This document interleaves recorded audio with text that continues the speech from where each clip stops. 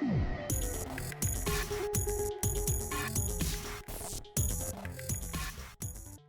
everyone, Steven here, and today I'm reviewing the tank from DXRacer, and this thing is a tank. There's no better word for it. This chair is massive. This is for anyone that is 6'3" or taller that weighs anywhere upwards of 275 plus pounds. And just to show a quick comparison, this is the normal chair that I have. This thing towers over that. So this is the Ergo Pro, I think is what they call it now, but this is just compared to a normal size chair. This thing is huge. So if you are somebody that is taller, larger, that a regular chair just doesn't quite fit you, this is going to be a good option for you to look into. First thing I want to talk about though is just some general specs, then I'll talk about the process of building this. I'll showcase a time-lapse video of me doing that, and then we will look at the physical adjustments that this has. So we have the main parts, packaging info, and then we actually have the dimensions with this. So main parts, you can go over that list there. A couple things that I do want to cover with this in terms of just what you're finding on this. So you have the cold cure foam in terms of the material that you're going to be sitting on. It is quite comfortable there. Then you have this all built on top of a steel frame, which means it is a little bit heavier also considering the size, because here, just the chair itself, you're looking at roughly 75 pounds for this. But we'll just start at the top and go down. The head pillow, it is a magnetic headrest here, and it does hold on very securely.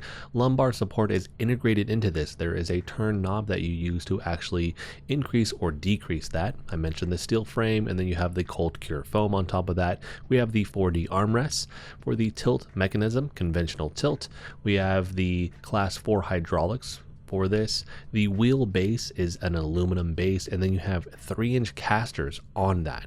The back can recline 90 to 135 degrees, which is pretty standard, but they give you a ton of notches in between there, which a lot of chairs don't give you. Looking at the dimensions, I won't cover all of these. I do want to note, again, this is a bigger chair. If we're looking at just the height of the backrest, 36.2 inches with that, very tall. The maximum width on that is going to be 24 inches. And then if you're looking at the base where you actually sit, that is 23.6 inches. So you have plenty of space on this chair to fit your whole body, where you may not be confined, where if you are taller, if you are larger, if you sit down, you may be like smashing into the armrests because the seat cushion just isn't very big and everything is held in tight. Won't have to worry about that here. Shifting over now to making this, this may be the top contender for fastest chair I've been able to make. This came in just around 13 minutes because a lot of this is somewhat pre-assembled. So when it comes to the armrests, they're already attached to the seat cushion, so you don't have to worry about that. On the backrest, when you're attaching it to the seat cushion, you just have 2 screws on either side, really quick to do.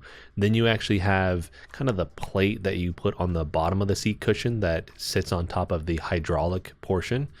That's 4 screws, and then you just put the wheels in, and those were easy to put on the aluminum base. So everything was very quick, very easy to do. So top notch in terms of like quickness of build and ease of build, which is awesome, because I've had some chairs that take half an hour, and that always is a bummer. This one, very quick, very easy to do. And in terms of the color here, I have the black gray. This is the woven fabric. You also have the option for the stealth, which is black, but it's still the woven fabric. And then you also have the leatherette, which would come in black as well. So those are going to be the 3 different color options that you would have with this. Next, let's get into the physical adjustments. We're going to start at the very top here. So we have the memory foam pillow that has very strong magnets in it. It holds pretty well here. Like, I'll actually start trying to like shift it around. You would never do that. You would never be like slapping this thing around to try and knock it down. So it holds securely to this. It being memory foam, there's no adjustments to this necessarily because your head's going to sink into its optimal position, but it's not like you can shift it or tilt it down or tilt it up or anything like that. You essentially could turn it upside down if you wanted to for like a different kind of curve to this if you wanted like more support potentially. But in terms of like some of the adjustments you find on other chairs, this won't come with that, again, because it's memory foam and your head will sink into its optimal position. After that, we have the height adjustment. This will go up and down a total of 3.54 inches or 90 millimeters for the height adjustment. And then the lever is on the side for you to pull to do that.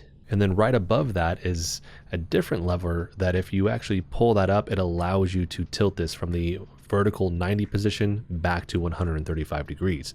So here I'm just showcasing you have multiple small notches in between. It's almost like every 5 degrees. Compared to other chairs, it's like you get 90, 110, and then like 130, and that's it. Here you get these micro adjustments in between, which I really like. Now with that height adjustment lever, if you pull that out to the side here, you now can actually rock this 15 degrees backwards. And then there's a tension adjustment on the bottom of the seat here. So you can make this so it's easier to do, or it has a little bit more tension so it's harder to do. Next, we're gonna have the 4D armrest. So these can slide back and forward 1.42 inches or 36 millimeters. And then with this, you can also shift them in and out if you wanted to. And there's not just shifting in and out, but there's also like rotation with that. So you can rotate these in and out 50 degrees. But then on top of that, if you were to actually slide them out as one unit, so you're not going to tilt them, they can shift out 0.94 inches or 24 millimeters to the left and right. And as you can see here, as I'm starting to do some of these adjustments, they actually have little stops in between. So you get multiple settings within that, which is nice. And then you have the height adjustment, which this will raise and lower a total of 2.87 inches or 73 millimeters. So now that I've covered the specifications, the process of building this, and then the various adjustments that this has, let's get into what I like about this. I will say I don't have any standout negatives here. The reason for that, this is a very particular specific product. This is geared towards individuals that are taller. And so with that, there aren't a lot of options that are out on the market. And so the fact that they are making a chair for that demographic when we don't see a lot of just chairs in general in that space, I have to give them kudos there because again, we just don't see that. And I think part of that is maybe it feels like it's just too niche of a market for that, but I think a lot of people are going to buy this chair.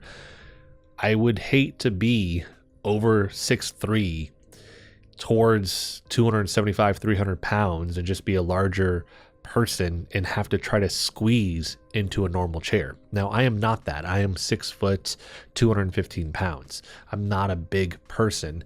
So here, this feels extra large, and I consider that a plus as well. Like if you want a just larger chair where, not that the other chairs feel crammed necessarily to me, but like this almost feels, in my mind, I always go back to like, it feels like a throne.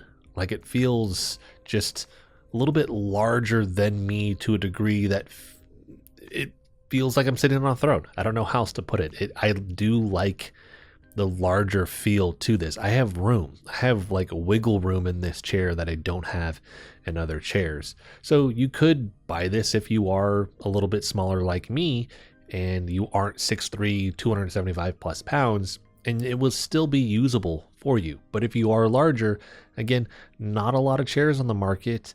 And so here they do have a product that is useful for that demographic. And so I think that's a huge plus, a huge draw. Now, that wouldn't mean as much if the material didn't feel like it was good quality and it could hold a person of that size. That is not the case here. This feels very quality when it comes to all of the material. So one, it feels like it can handle that person's size and weight. And then two, it feels like it's going to actually last a long time. I can't speak to the leather because I don't have that. I did want the kind of woven material here. I think it just feels better on the skin. I would say that's a potential gray area thing. You just have like the three options, right? You have like the stealth, you have this gray one, and then you have that black leather. Maybe some other options in terms of colors or aesthetics down the road would be nice to see. But again, we're dealing with a product that's towards a very specific person in the marketplace. So maybe down the road we will see more options if this chair sells really well, because I think part of that is if you're launching a product like this and you have like a niche market that you're going after, and there's not going to be the same number of sales as your regular product, you're not going to try to diversify that a lot, meaning you're not going to come up with like 15 different variations. You're going to see how it goes. And if it is popular, then you can roll those other things out. Otherwise, it's just too much of a risk where you may lose a lot of money. So I understand why they went this route, but again, maybe down the road, we get a lot more variations of this, which would be really cool to see. I love all the physical adjustments here. It gives you everything. The only thing you're not getting here is you're not getting like a leg rest if you needed that. The seat cushion itself, it can't like shift forward and shift back like you might find on other chairs. I've never used that option on any of the chairs that I do own that have had that. I just don't need to slide the seat forward. The lumbar support here, it's a good amount of adjustment that you do get. I think some people may need more. So that's where scooting the seat forward or backward can kind of help with that, and you don't have that option here. But you could always just put a pad or something behind your back if you wanted. That could actually alleviate that if you needed just a little bit more support. I really like the amount of adjustments that you get with the backrest. So again, I mentioned this earlier, a lot of times you get like 90 to 120, maybe even 135 like this has, but you don't get all those very subtle notches in between. This gives you a lot of variation in degrees that you could actually set this to, where other ones may give you like 90, 110, 120, and that's it. Here you get a lot more, which I like to see. The 4D armrests, lots of adjustments there, which I like. I don't like it when armrests are like really squished into my side, so the ability to push these out is really nice. The only thing, maybe an adjustment we could see down the road, is the ability to actually just kind of push them back if you didn't even want them at your side at all. That would be really nice. I think mechanically that probably comes with more like work into just engineering that than I'm thinking, but it would be nice to have, because I think for some people that's, hey, we don't want those on there all the time, and I'm not going to just completely remove them. It'd just be nice to click them back. And last, I do like the headrest. I like the fact that you could remove it if you don't want it. The memory foam here, really soft, really comfortable. You don't get certain adjustments, so you can essentially raise and lower this just with the magnet, but I can't like push this more forward or anything like that. You could like flip it the other way, like rotate it 180 degrees, and that would give you a little bit more cushion. So you have a little bit of variability here, but not the same that you may find on other chairs, where it can not only go up and down, it can actually tilt forward, it can tilt back, it can actually like push forward more if you wanted it to, or you could slide it back. So a couple missing adjustments if you needed those, but outside of that, that's not something I think everybody's going to 100% need. But if you do, I would consider the trade out of the chairs that typically have those features are not going to be this size, so they may not fit you. If you're looking at this like, hey, I need a larger chair, I am a larger person, that may have that feature, but again, the chair may just kind of crunch in on you, so that trade out may not be worth it. Last thing I do want to cover here is going to be comfort. And I think this is really comfortable. I like the cold foam. It's almost, it kind of feels like an in-between of like memory foam and regular foam. So typically with like what I would consider regular foam, as you sit into the chair, it doesn't have, not necessarily a lot of give. It's almost just a little bit more rigid. Where if you have memory foam, which I do prefer, you get that nice cushion and kind of sinks into whatever position that your body settles into. Here, it's like an in-between. So it provides a good amount of support while also providing good long-term comfort. So you shouldn't have any issues if you're going to be sitting in this for a long period of time. I've done like 2+ hour sitting sessions, no problems with this chair. And so that's going to wrap this video up. And just a quick recap, this chair is for a specific person. And if you are taller, if you are larger, not a ton of products out on the market, this one is a good solid option to choose. It has all the adjustments that you would need, minus a couple. Again, you don't have the leg rest here. You may need a little bit more when it comes to the seat cushion shifting forward or back, or the headrest, but the regular adjustments that a person needs, all of those are here. Plus, those extra notches when you're going to actually shift the seat cushion back. You get some more kind of positions that other chairs, at least that I've reviewed, don't have. This is quite comfortable with the cold foam here, so longer sitting sessions, you shouldn't have an issue there. And with this, I didn't have any standout negatives. I just had gray area things. One was the look of this. The color options are really just the three that you have. If you wanted more variation, you're going to have to potentially wait. Hopefully this does really well so we get those different variations. And then if you need certain adjustments, it may not have it, like I mentioned, for the headrest, but keep in mind, is the trade out of going to a smaller chair going to be worth it if you really do need a larger chair for you that is going to be more comfortable than cramming yourself into something that is smaller? And then the last thing I did want to cover was the price. This is $599, $600. Here, I think that is a good competitive price. If it was more expensive than that, I would start to have an issue. I'm keeping in mind the fact that there is more material here. This is a larger chair. It's going to cost them more to build it. And they are making sure that this can handle the certain weight that they want it to handle. Everything just feels quality, feels premium, feels like it can handle a larger person. So I'm keeping that in mind. Considering that other chairs you may find on the market, well, I can find one for half this price. Yeah, but will it fit you and can it handle your weight?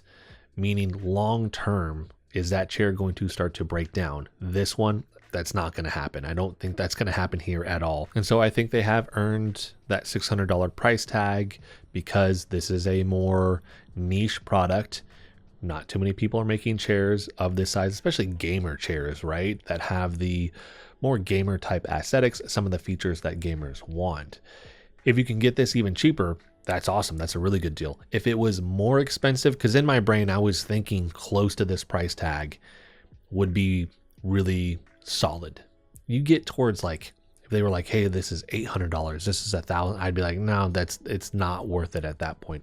$600, good starting point. I hope to see sales here as we get closer towards the holiday season.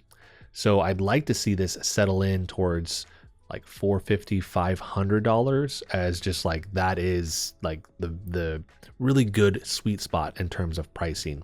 So my range here would probably be $450 to $600 is solid here. You go above $600, too expensive. If you can get it lower than that and it's still all the same features, like that's great. If it started there, I would start to question potentially some of the quality of the parts because they have to cut corners somewhere. If they're bringing it in and it's like, hey, this is $150. It's like, where are you cutting cost? So that is going to be it for this video.